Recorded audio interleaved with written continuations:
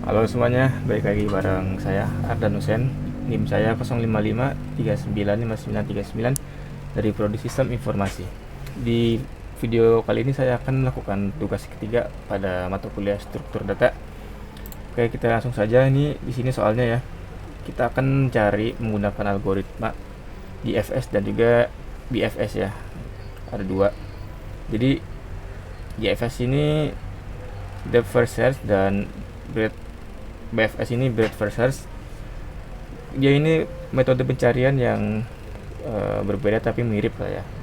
Dan di sini kita disuruh menggunakan apa node yang nantinya kita akan tentukan sendiri nilainya ya. Oke, jadi kita langsung saja masuk ke VS Code-nya ya.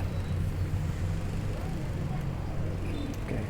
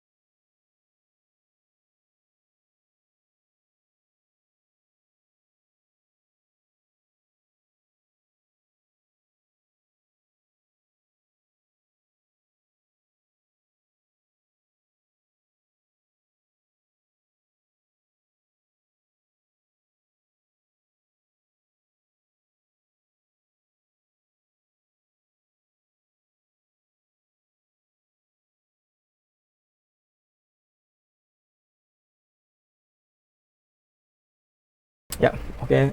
Ini sudah selesai untuk kode dari DFS dan BFS-nya ya. Selanjutnya saya akan menjelaskan singkat ya tentang kode ini. Mohon maaf jika tidak detail ya, saya menjelaskan inti-intinya saja. Jadi yang di pertama ini untuk DFS dimulai dari import dulu seperti biasa ya. Import untuk menggunakan source yang ada di Java ini. Oke. Selanjutnya akan dibuat public class ya, seperti biasa ya untuk memulai program Java kan harus menggunakan public class ini ya. Nah, di sini juga udah saya seperti biasa juga saya sudah memberikan note supaya nggak bingung juga ya untuk urutannya. Nah, di sini kita akan merepresentasikan grafnya. Di sini saya akan menamakan static array dengan graph, dan di sini seperti biasa ada private-nya. Di sini untuk private integer vertices ini untuk menyimpan ya, untuk menyimpan. Ada jenis ini untuk membuat list, dan not fill ini untuk mencari nilai yang ada di listnya. Oke, masuk ke constructor. Di sini seperti biasa constructor. Di sini ada graph integer v, ini untuk simbol doang ya, integer v ini. Untuk karena kan di sini kan kita belum mencari nilainya, jadi untuk simbol aja. Nah, Sini verticals itu untuk menilai nilai v-nya, ada listnya untuk membuat list seperti yang saya bilang, dan node values-nya ini untuk mencari nilainya. Nah, di sini ada fungsi looping yang nantinya akan mengembalikan fungsinya ini ya. Ya, dia looping itu berputar ya. Selanjutnya juga di sini ada penambahan nilai node. Ya, di sini pakai void set node value. Nah, di sini nanti kita akan mulai menambahkan nilai nodenya ya. Nah, ini menggunakan integer index dan juga integer value. Selanjutnya ada menambahkan edge ya. Edge ini yaitu hubungan antar kode. Jadi masa dari satu node itu, sorry ini bukan kode ya, ini node ya. Nah, untuk setiap node itu punya hubungannya gitu. Tapi ada juga yang nggak ada gitu. Jadi macam-macam gitu ya. Ada yang satu node itu bercabang jadi punya hubungan, dan ada juga yang kosong. Nah, di sini fungsinya untuk hal itu ya, untuk menambahkan hubungannya ya. Di sini saya menggunakan void add edge ya, atau di sini ada jelis juga untuk menambahkan listnya ya. Nah, setelah itu lanjut lagi masuk ke mencari indeks node berdasarkan nilainya. Di sini kita akan menggunakan juga fungsi looping ya, yang dimana di sini nanti ada fungsi return -1 ini, artinya itu berarti nilainya nggak ditemukan maka dikembalikan ke fungsinya. Seperti itu intinya tuh di sini untuk mencari indeks ya. Nah, oke. Next kita masuk ke fungsi utamanya, alias ini fungsi ini tuh adalah sistem kerjanya ya. Nah, oke. Di sini saya namakan fungsi DFS rekursif ya, sesuai sistem kerjanya ya si DFS ini. Nah, di sini DFS util. Di sini tuh bisa saya bilang adalah sistem kerjanya, cara kerjanya fungsi atau algoritma DFS ini, yang dimana di sini dimulai dengan menandai node yang sudah dikunjungi ya, visited akan dikunjungi ya. Dimana ketika kita sudah mengunjunginya, kita akan mengoperate sistem outprint ya, mengunjungi node. Ini kita akan mengunjungi node plus node value yang nanti kita akan input ya di hasilnya. Selanjutnya, misalkan ternyata node yang kita kunjungi itu adalah targetnya gitu ya. Di sini node sama dengan target, alias ketika node tersebut adalah target, maka akan dicetak yaitu target, alias target ditemukan. Nah, ini ya, ditemukan. Jadi fungsinya akan berhenti nih, return ya, berarti benar nih, berarti selesai gitu. Tapi kalau tidak, masih mencari berarti dong. Kalau tidak, berarti masih mencari. Kita masuk lagi ke sini, masuk ke kode ini, kita cari lagi, yang dimana ketika kita sudah mencari ke tempat yang lain, kita kasih tanda juga nih, kita menelusuri dari node yang mana ke node yang mana. Nah, setelah itu kita balik ke atas terus sampai ketemu targetnya. Nah, misalkan ternyata kita sudah memasuki node yang sudah kita kunjungi, maka di sini kita kasih tanda juga ya, node masukin node value-nya, nanti di sini kita kasih keterangan sudah dikunjungi ya, dan makanya kita skip di sini nanti. Nah, di sini ketika kita skip, maka kita itu lakukan namanya backtrack ya, yang dimana berarti putar balik singkatnya gitu ya, dari yang tempat yang kosong tadi alias yang sudah dikunjungi kita putar balik. Nah, di sini. Oke, selanjutnya masuk ke fungsi DFS utama, saya namakan di sini. Di sini nah, untuk biar kita nggak bingung ya, DFS rekursif ini itu pure cara kerjanya gitu loh, cara kerjanya gimana, sistemnya gimana gitu. Nah, kalau DFS utama ini untuk nilai depan, bukan nilai depan apa ya, tampilan depannya gitu loh. Nanti cara kerjanya tuh si DFS utama ini akan memanggil DFS util ini ya, yang rekursif ini, untuk cara kerjanya. Seperti itu saja ya, biar nggak bingung. Nah, oke. Di sini makanya nanti saya kasih keterangan memulai DFS start mode, target mode. Nah, nanti yang dimana untuk mengerjakan hal-hal yang ada di sini tuh kita menggunakan fungsi yang ini tadi. Nah, ya, seperti itu ya kurang lebih. Nah, di sini juga sama. Nah, di sini if found, di sini artinya kita ketemu, maka si pencarian kita kasih juga keterangan ditemukan gitu. Tapi kalau enggak berarti nggak ditemukan hasil pencariannya.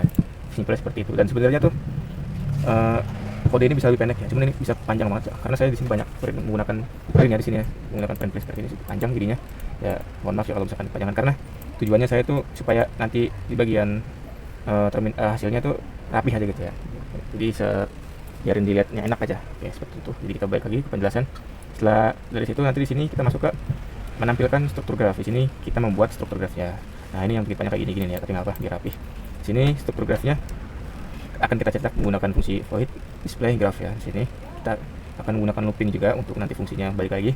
Dan setelah kita dari menampilkan struktur graf ini, kita masuk ke pembuatan grafnya ya. Nah, di sini adalah nilai-nilai nodenya ya, yang sudah saya bikin dan sesuai dengan di perintah tugas. Di sini menggunakan angka yang kita bikin sendiri gitu. Nah, di sini saya menggunakan angka ini ya, 10, 25 dan seterusnya ini. Dan di sini sudah saya kasih catatan juga ya, biarin nggak bingung.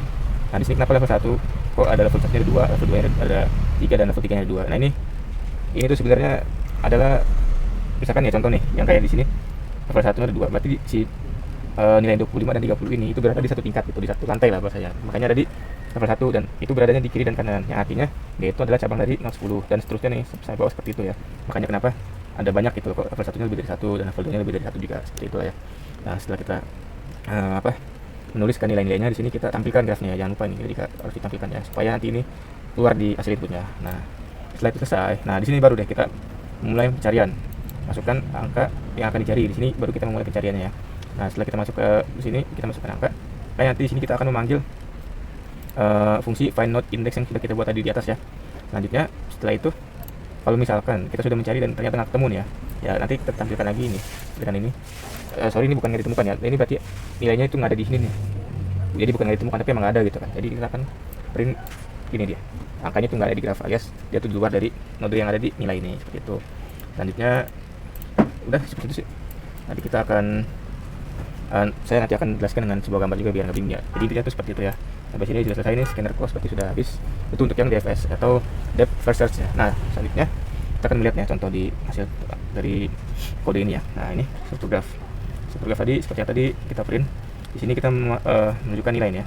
Di node 10 ini terhubung dengan 25 dan 30, yang dalam artian node 10 ini itu memiliki dua cabang yaitu 25 dan 30. Dan di sini node 25 juga mempunyai cabang yaitu 15 dan 50. Di sini node 30 juga mempunyai cabang yaitu hanya 1, 40. 15 tidak ada, 50 mempunyai cabang 35 dan 60, 40 tidak ada, 35 tidak ada, 60 juga tidak ada. Nah, di sini kita masuk ke pencarian. Di sini kita memilih pencarian di antara angka yang ada di sini ya. Nah, saya pilih di sini 50. Oke, nah setelah itu kita masuk ke fungsinya. Nah, di sini kita memulai BFS. Di start dari 10 dari paling atas dan yang tercari dari 50. Dan cara kerjanya si DFS ini tuh dia tuh ini yang BFS sorry. Nah, ya. Oke.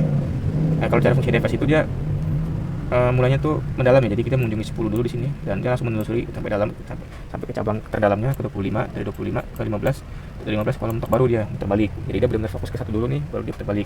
Selanjutnya baru dia cari ke 25 dan pas di 25 kebetulan ada target yang kita cari. Jadi di sini di print lah target ditemukan, selesai.